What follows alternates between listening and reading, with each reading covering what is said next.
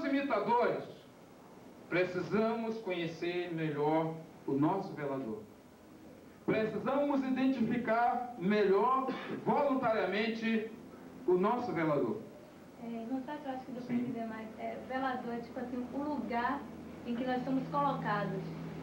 É isso? No caso, nós somos luz. O nosso velador hoje, o meu velador hoje é o colégio, né? É minha casa, né? No caso. Para algumas pessoas é o trabalho, né? É hospital. Né? Agora deu para entender mais velador. Velador. Precisamos identificar melhor o nosso velador. Jesus colocou você onde?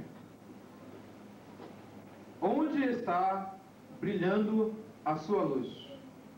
Às vezes o irmão sabe que olha por mim, porque eu preciso brilhar no meu trabalho, eu preciso brilhar na minha casa. Você já está brilhando. Você já está como uma lâmpada incandescente. Certo? Agora, talvez você esteja tocando fogo em alguma coisa, em algum lugar. Eu coloquei uma relação de veladores ali, mas existe mais. Quem lembrou de mais um velador? Um velador. Quem lembrou de mais um velador? Quem ajuda? Penitenciária. A penitenciária. Cadê a penitenciária? Como uma pessoa pode brilhar numa penitenciária? Às vezes a gente brilha de fora para dentro, né? Brilha de fora para dentro. Mas alguns estão lá dentro. Brilham de dentro para fora. A vida de uma pessoa, Deus pode nos colocar como velador na vida de uma pessoa? Pode, sim. Pode. Se alguém precisa da luz, e Deus tem luz na mão, coloca a luz junto da pessoa.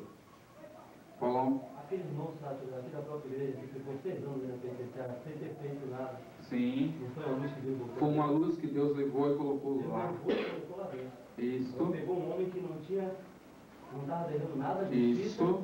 e botou ele lá dentro. Isso. Para brilhar, resplandecer e dar a luz daquelas pessoas que estavam lá. Então quando ele saiu de lá, ele disse que já deixou outras luzes acesas. Isso. Entendeu? Lá dentro. Então aqueles que já vão sair, já vão deixar outras luzes acesas lá dentro. Então aí vai. Isso. Né? Em cada lugar eles deixando que a luz para iluminar os homens, né? Os homens têm entendimento para conhecer a Deus. Isso. Deus levantou um homem a quem Paulo está se referindo. Ele era muito rico, tinha até avião e fazenda, muito rico, aceitou a Jesus, Deus acendeu uma luz nele, mas a riqueza virou um alqueire. A riqueza virou um alqueire. Aí resultado, a própria luz dele queimou tudo. Foi parar na cadeia, mesmo não estando devendo nada à justiça. Lá ele viveu 5 anos brilhando lá dentro. Brilhando lá dentro. Infelizmente a chama acesa do lado de fora queimou as fazendas e os aviões dele. Mas estava acesa a luz. Aí Deus pegou e colocou na cadeia. Às vezes o crente adoece, adoece, olha, em Deus não há trevas nenhumas.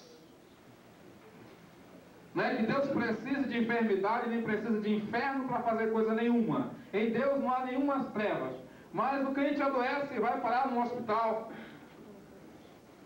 E não consegue agradecer a Deus, não consegue dar graças a Deus por isso, não consegue entender que ele foi apenas uma lâmpada que foi removida de um velador para outro. E quantos são verdadeiros luzeiros? A gente vai visitar, e quando chega lá, sente-se visitado por Jesus, por causa da luz que brilha nele. Por isso que a Bíblia diz, nada julgueis antes do tempo, até que seja manifestado o Senhor a vossa luz. Eu lembro que quando eu aceitei a Jesus, eu morava lá em Mapé, eu fraturei o braço, né? Eu não entendi porque eu estava acertando com os irmãos para ir para o aniversário, que era um culto na casa de uma irmã em Paris. Aí eu pedi a minha mãe para ir para o aniversário, ela não deixou. Aí eu fui jogar bola com o pessoal e nesse bar, justamente na hora que o pessoal saiu, eu caí e fraturei o braço, né?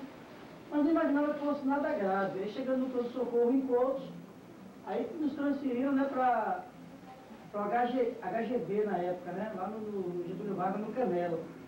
E na ambulância, a caminho do hospital, eu lembro que aconteceram muitas coisas. A ambulância quase capota ali em plataforma, né?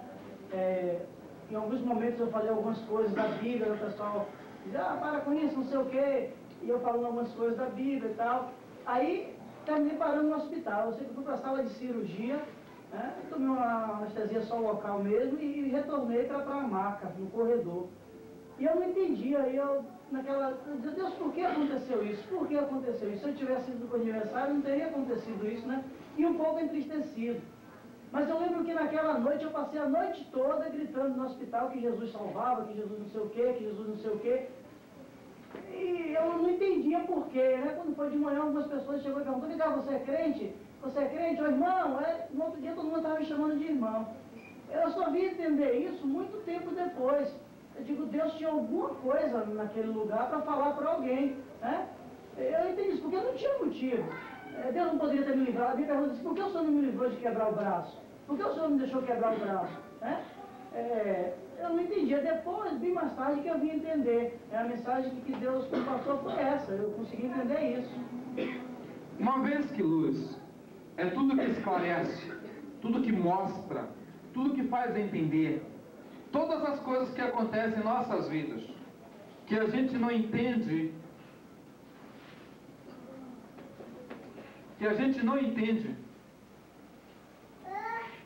a nossa mente carnal tenta encontrar algumas trevas em Deus. Eu disse, Deus não precisa de nenhuma treva para trabalhar.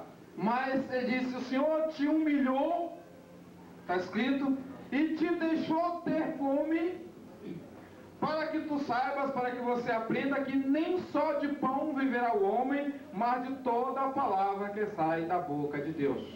Então, humilhar e passar fome não é trevas. O Senhor disse, haverá o tempo que qualquer que vos matardes, cuidará fazer um serviço a Deus. Se alguém vier a morrer por causa do Evangelho, essa morte não é trevas em Deus.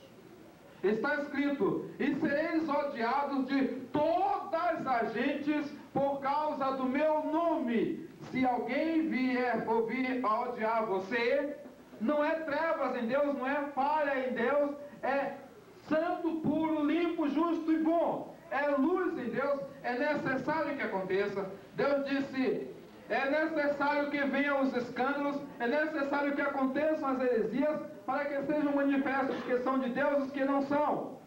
Então, estas coisas quando acontecem, não é falha de Deus, não é erro de Deus, não é assinão de Deus, não é Deus de olhos fechados, nem Deus negligente no cuidar da vida do seu povo. E muita gente admite trevas tão grandes que a sua vida é uma parte na mão de Deus e outra parte ele admite que tudo é maligno que está fazendo na vida dele. Ele disse, olha, vós sois a luz do mundo. Trevas não encostam em luz. Para que resplandeça a vossa luz diante dos homens. Eu comentei Gênesis 1, 3 e viu Deus que a luz era boa.